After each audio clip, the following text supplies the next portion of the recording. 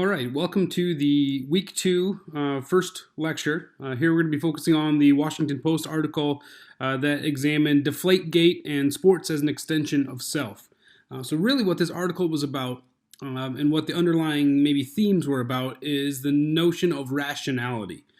So a lot of our identity conversations in this past week talked about sort of behaviors acting in a rational fashion to try to fit in with the community or achieve a specific goal, whether that's through aggression or identity performance or any other sort of behavior or attitudes. Very sort of rational, goal-specific orientation to behaviors. The difficulty comes in with a lot of, from outsiders' perspectives, irrational behavior going on sort of in and around the sports world. So that would include examples like Baltimore Ravens fans continuing to support Ray Rice after allegations came out about him assaulting his then fiance, and then even some continuing to support Ray Rice after the video came out of him in the elevator throwing a punch and landing it and knocking her out cold. Also, Washington Redskins fans continuing to support the team and the organization despite this sort of growing cultural wave against the Redskins name. New England Patriots fans explaining away the numerous times that the Patriots have been caught cheating, saying it's just jealousy and other people just don't like to see someone succeed, so they throw stones at the champion, despite being caught red-handed several times, so being able to explain it away and still feeling good about their organization. Other examples have occurred numerous times throughout any professional sports league. Another example that comes to mind right now is Ben Roethlisberger and his past allegations of sexually assaulting a young woman and leaving her bloodied and unconscious on the floor of a bar bathroom. And Steelers fans, basically one game in, were all back on Big Ben's side, cheering for him as if nothing had gone wrong or nothing had happened, when clearly outside of the sports world, normal citizens don't root for people who commit sexual assaults, domestic abuse, people who cheat in life. All of these sorts of non-normative behaviors get shunned, people get put in jail, so there's punishments, there's consequences. We don't just kind of pretend it doesn't happen. But in the sports world, we perform this sort of irrational behavior by cheering for someone that might be sort of morally deplorable. And this article kind of gets at that underlying theme of irrationality versus rationality and gets at it in a way of showcasing that it's all really about the perspective that you have coming in. So what might be considered irrational under normal rules of society, domestic violence, offensive and racist language, doing harm to humans and supporting others who do harm to humans and themselves, all of those, depending on your perspective or where you're coming from, are rationalized or become part of sort of the rational behavior if we can accept that identity with these teams is really an extension of yourself. So in a way, you are not defending the team, you are defending your own identity when you're defending the Patriots cheating or the Pittsburgh Steelers quarterback having all sorts of non-normative criminal allegations brought against him. You're defending yourself. You're not specifically defending Ben Roethlisberger. Your identity is so tied in with the Steelers or the Patriots or the Ravens or any number of dozens and dozens of teams that have had these types of situations. So it's really self-interest that is governing these behaviors of welcoming criminals or offenders back into the fold. You're defending your own identity. And that's what makes it rational. So self-defense and self-interest. So always be on sort of on guard when someone starts talking about irrational behaviors of sports fans or irrational behaviors of anyone.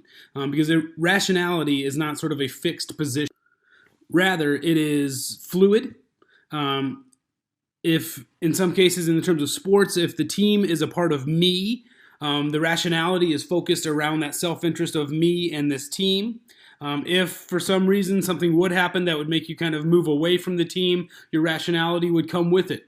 So if you'd move to being a fan of a different team or maybe a different sport or a different element of your life, the rationality sort of follows with it. So what's rational to one is not necessarily rational to another.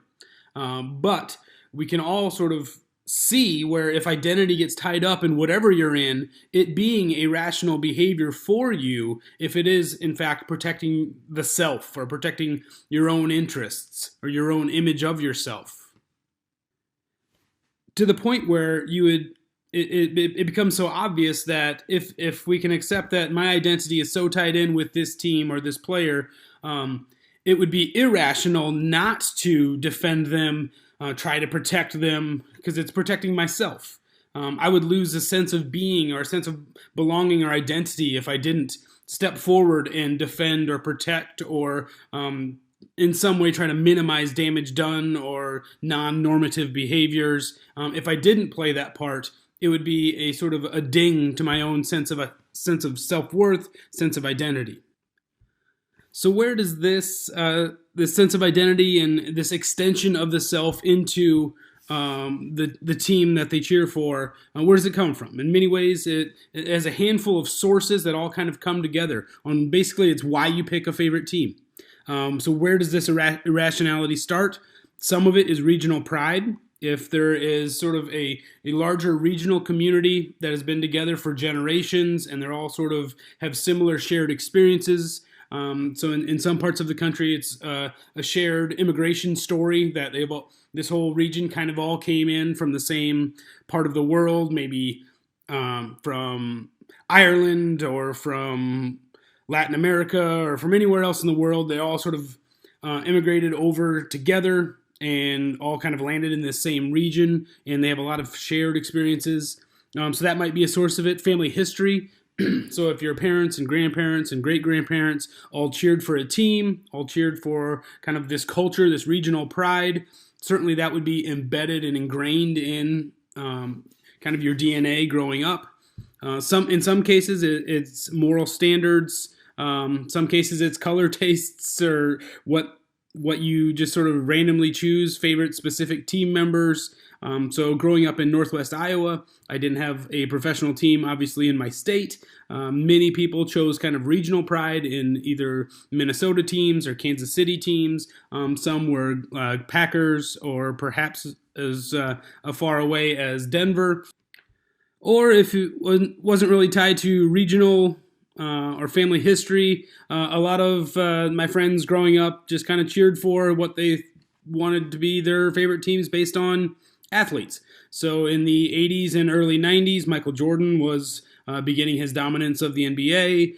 Bo Jackson was a very popular football player coming out of Auburn and with the Raiders and the Kansas City Royals as a baseball player. So that drove a lot of fan bases at the time as well.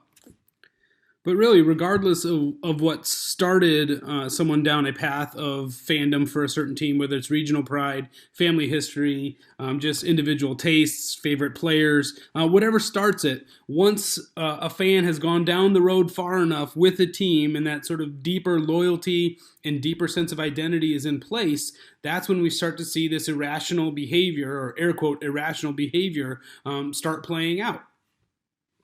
So that brings us to our first discussion item of this week, discussion item 1. So fire up your discussion post forum, and you'll be answering 3 parts to this first discussion item. First, just discuss your own fandom in terms of its causes. So what made you start cheering for your favorite teams? Most of us have, I don't know, probably a handful or a few favorite teams, maybe one for each sport. What caused you to start cheering for them? Was it family members, the region, schools you attended, favorite colors, favorite athletes, and so on? Second, have you ever thought of simply picking a different team to cheer for? So we've talked last week about having a lot of self-esteem boosts or dings happen based on how your team is doing. Did you ever think about switching teams? If not, how would switching teams make you feel about yourself? So if these are extensions of ourself, switching teams would be a very big deal. So how would that make you feel about yourself if you switched teams? Would you think yourself wise for making a rational choice to a better team? Would you think yourself disloyal, coward? Would you be ashamed?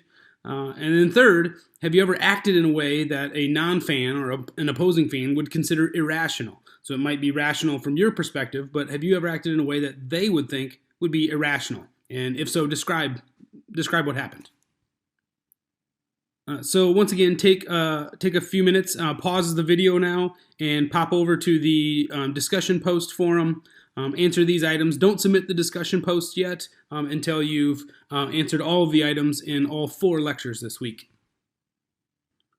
All right, welcome back. One last slide, just talking about change occurring through rational debate.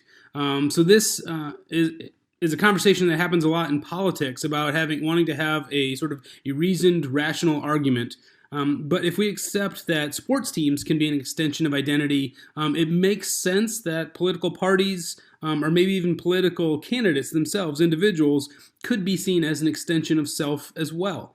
And if rationality is determined by self-interest and identity, if someone's identity is so caught up in a political party or a sports team or whatever they're in, that rationality gets separated into, well, this is rational for conservatives, this is rational for liberals, this is rational for Republicans, this is rational for Democrats, that type of conversation, and there isn't a shared rationality, then sort of coming to the table to have a rational discussion can't really happen.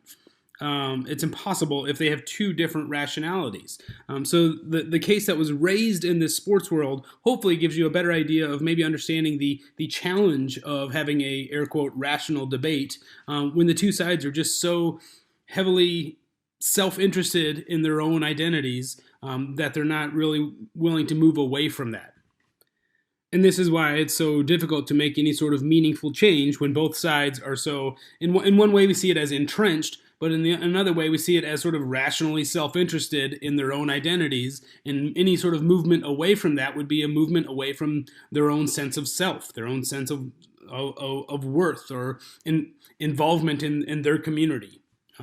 So hopefully you got a little more than just sort of an opinion column out of this. Hopefully you can see sort of the deeper underlying the impacts or ramifications of the extension of self into having an identity with sports teams or with athletes.